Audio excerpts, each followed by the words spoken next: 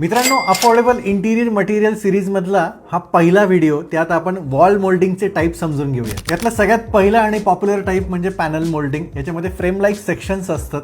So याच्यामध्ये shape वेगवेगळे येऊ शकतात. स्क्वेअर येतील किंवा रेक्टँग्युलर येतील. याच्यामधले जे काही कॉर्नर्स आहेत ते तुम्हाला प्लेन बॉर्डरमध्ये पण घेता येतील किंवा ऑर्नेट बॉर्डर्समध्ये पण घेता येतील. हे खूप सुंदर दिसतं. यातला दुसरा टाईप येतो क्राऊन मोल्डिंग्स.